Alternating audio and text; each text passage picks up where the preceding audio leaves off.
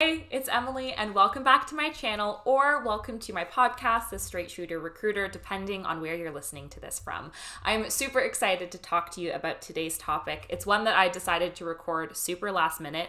Also, it's mostly one I decided to record because I had a moment today at work where I was like, man, why didn't anybody tell me about this when I became a recruiter or before I applied to be a recruiter? So here I am. I'm going to tell you the real pros and the real cons of being a recruiter and basically what a day in the life of a recruiter is like. But before we jump into it, please, I beggeth of you, please smash that like button, hit that subscribe button, go give me some love, maybe some hate. Give me whatever you've got sitting on your heart in those comments. And if you haven't checked out my podcast or my YouTube channel, please, I highly recommend it. All of the links will be in the description. Let's get into the good stuff. Before we jump into it, there are fundamentally some things that you have to enjoy in order for you to like a career in recruiting. And again, these are just my opinions, so don't hold me to it. This is just what I personally think is really important for you to like what you do.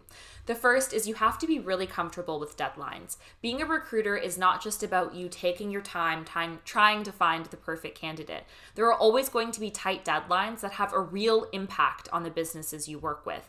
Think about it. The longer a role stays vacant, the longer that work doesn't get done. That has a real impact on the bottom line. 2, you better be patient. And that's something I have to work at all the time.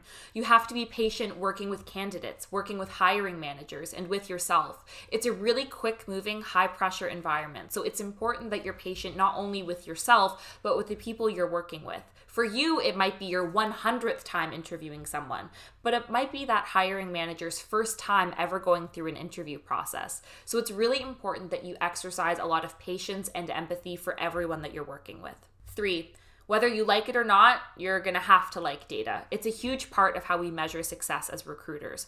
Not only with how many roles you're able to fill, but what the quality of those hires are, the quantity of your hires, and a variety of other key metrics that help us determine if you were successful this year or even this week.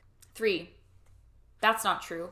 4, you better love people. And I'm not just talking in the way that everybody says, like, yeah, I love people. I love to hang out with my friends. No, I'm talking about you better love all kinds of people. People with 100 different kinds of career experiences, ambitions, goals, communication styles. It's critical that you genuinely love connecting people to their dream jobs. Ultimately, if you don't, you're going to end up A, not being great at your job, and B, hating your 9 to 5.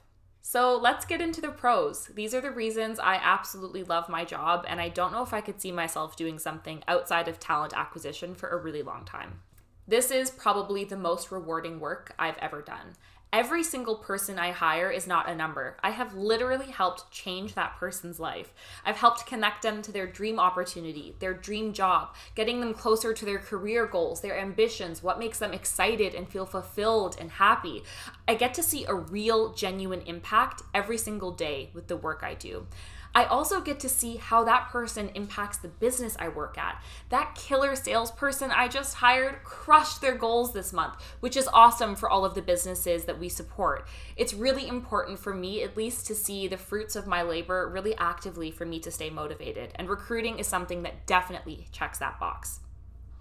I get to own the process. At least at my company, I get to own end-to-end what my recruitment strategy is, how I choose to interview candidates, the process that I follow. Of course, there are guidelines at every company, but ultimately the flair and energy I get to bring is completely up to me. So I get to bring my whole self to work, have a lot of autonomy over my work, and I get to be a strategic partner to all of the hiring managers that I work with.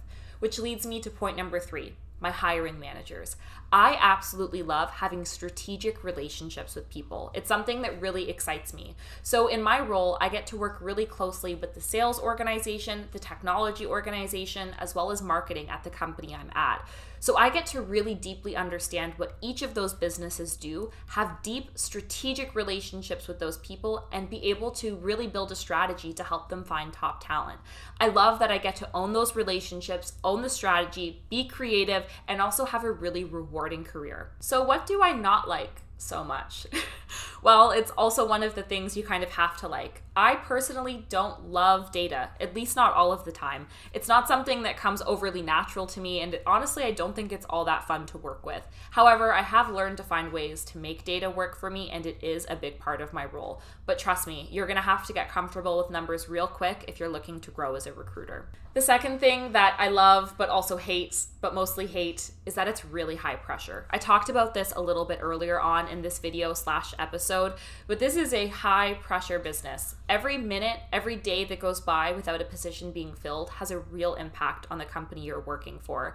And it can be stressful at times. You're going to have 100 different people pulling you in 100 different directions, thousands of messages on LinkedIn, thousands of messages to send on LinkedIn, hiring managers that need something for you, special projects you're working on, strategy, job descriptions. It might not look like a lot from a candidate's perspective. I know I didn't think it was all that much work before I became a recruiter, but oh my gosh, for every message we send, there's hours of work being put into finding you, crafting you the perfect message, connecting you with the person, plus all of the admin work. That's the next thing I want to call out. There's a lot of admin work in recruiting. It's booking interviews, it's writing offer letters, it's staying on top of employment law. All of those things can sometimes be tedious, but are critical for your success. The last piece that can be a little bit tricky is actually getting into recruitment. It's one of those careers a lot of people find by accident, myself included. So if you're interested in potentially hearing a video about how to become a recruiter, I got you. Let me know in the comments. Anyways, I hope that this short, somewhat sweet, somewhat salty video was helpful. The goal was really just to shed light on what it's really like to be a recruiter, primarily to call out all of the highs that are it being rewarding and high value and such a strategic role in a lot of ways, as well as some of the lows, which is that it's high pressure. Every role you get ultimately falls on you, as well as the admin work can be really overwhelming at times. However, I hope this helped. If it did, if it didn't, let me know in the comments. Don't forget to subscribe to this and to my podcast. But it was so good hanging out with you on this Friday evening, and I look forward to talking to you soon.